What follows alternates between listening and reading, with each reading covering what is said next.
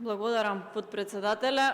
Колешка, навистина не можам да ви се изначудам на храброста која што имате, да излезете на оваа говорница и да зборувате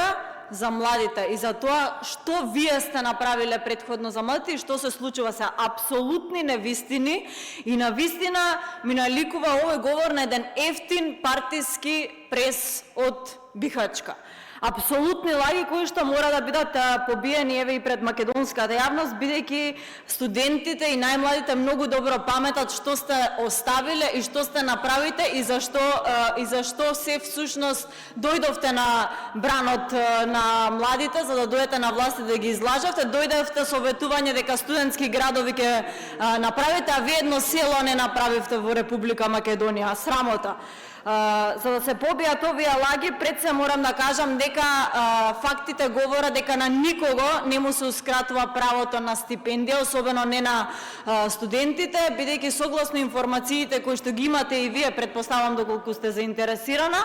од 2020 година до сега за социјалната категорија се доделувани околу 1500 стипендии, за кои што до сега не е пополната вкупната квота од 1500, туку се пополнувале секој пат законски до 1200, што значи дека оваа дупка каде што не се пополнуваат стипендиите, бидејќи не се јавува потребата за надокнадување на овие социјални стипендии, ги наменуваме за да не пропаднат средствата во друга категорија на стипендии, односно во стратешките области кои што се како втора област наведени во стипендиите. Срамота е вие да зборувате за студентските домови, бидејќи еден студентски дом не оставивте целосно реконструиран и рехабилитиран. Сега со оваа влада до крајот на мандатот ќе бидат целосно реконструирано и сите државни студентски домови. Веќе во теке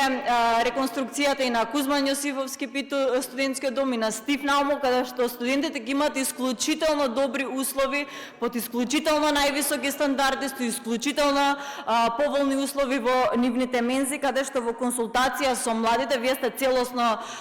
надвор од гласот на младите и се она која што значи консултација со младите, затоа ги немате информациите. Сите измени, сите работи кои што ги носиме се донесени само во консултација со нив. Со нас добија многу повеќе и од она кое што денес го зборуваме, на времено исплатени стипендии, рехабилитирани, реконструирани студентски домови, доделивме ваучери за сите студенти на сите универзитети по 15.000 денари, оперативниот план за вработување на младите, каде што им доделивме 15 или 20.000 евра на младите, така што навистина е срамота од оваа говорница вие да зборувате за младите.